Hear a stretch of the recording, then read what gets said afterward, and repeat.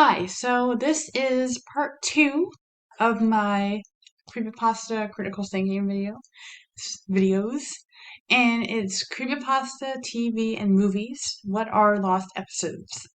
So to kind of make more sense of what I'm going to talk about, I'm going to be talking about lost episode creepypastas, as well as when creepypastas are kind of incorporated into TV and movies, whether they are just put in there as like an Easter egg, or movies or TV actually makes their shows about creepypastas.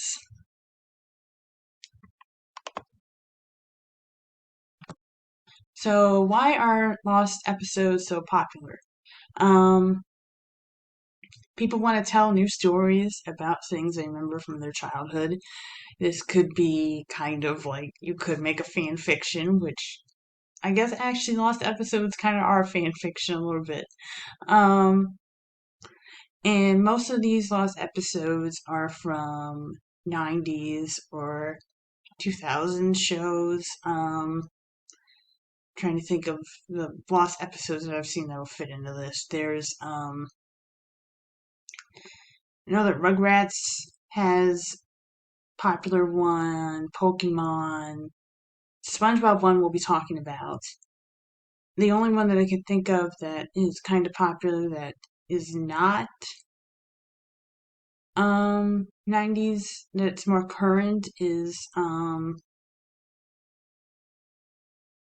I've heard of a few popular ones based on the current My Little Pony. That is about it. But then again, My Little Pony has its own fan base, so they probably write a lot of stuff about that anyways.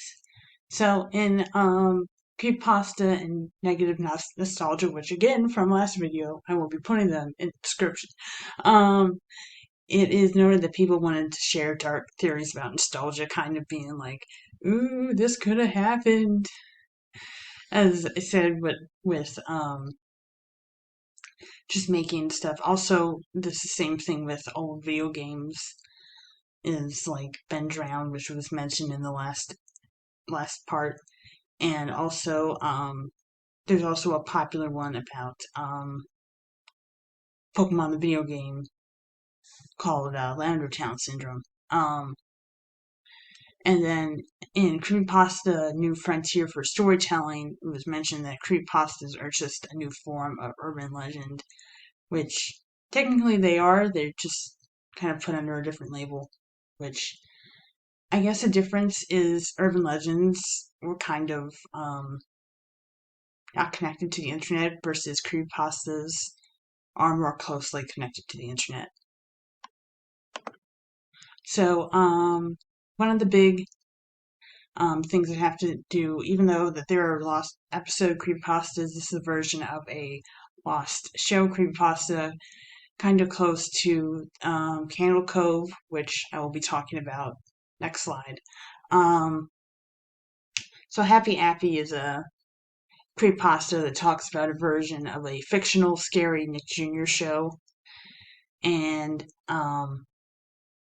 like other creepypastas of the lost episode genre, it does not show the episodes, but shows someone researching the show that they was like, well, I watched it as a kid, so just figuring out what it was.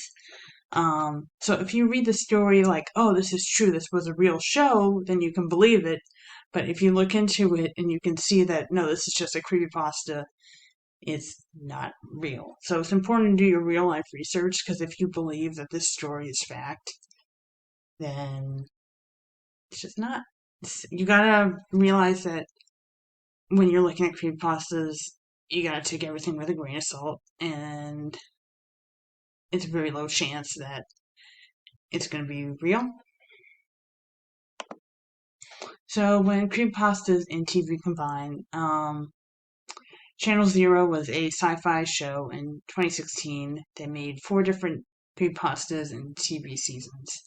The first 2 seasons were Candle Cove, which I mentioned in the past one. Candle Cove has a similar idea to Happy Appy, and with a guy looking into it and going on a forum and trying to figure out what it was.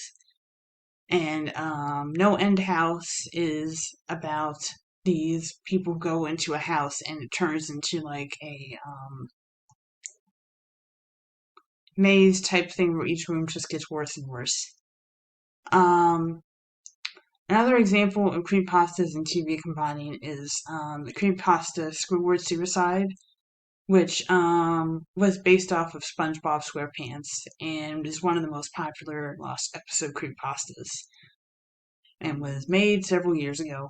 But in September 2019, it was actually put in an Easter egg in an actual episode of the show.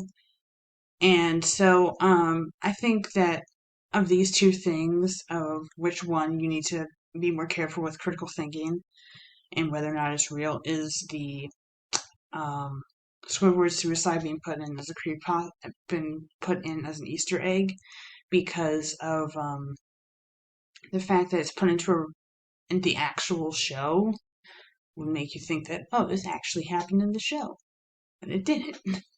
So again, that kind of be harder since the show actually put it in there.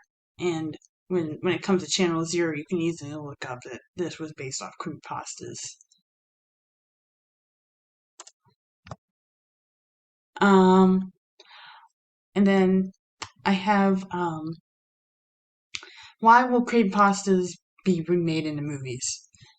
Because movies need to get people to watch them, which has been made very clear in 2020 and 2021, what with all the theaters closed down and not a lot of movies getting big because of that. So how modern horror franchises have embraced creepypasta to stay relevant puts out a list of urban legends that have been turned into movies, even though their examples were urban legends that remained long before creepypastas became well known. So a movie based off Slender Man has been made, got really bad reviews, and didn't get a lot of money. So, but people know Slender Man. People like Slender Man. Um, Channel Zero did do well, going for 4 seasons, and I watched the first 2 seasons, and I thought it was good. The third one they had was Blair Witch Project, which is kind of if you haven't seen it, it's about these people going out in the woods and trying to look for the Blair Witch, which might or not be real, an urban legend, and kind of started the whole. Even though it doesn't have anything to do with creepypastas, it did start the modern trend of found footage horror movies. So, my point is that when looking for truth, um,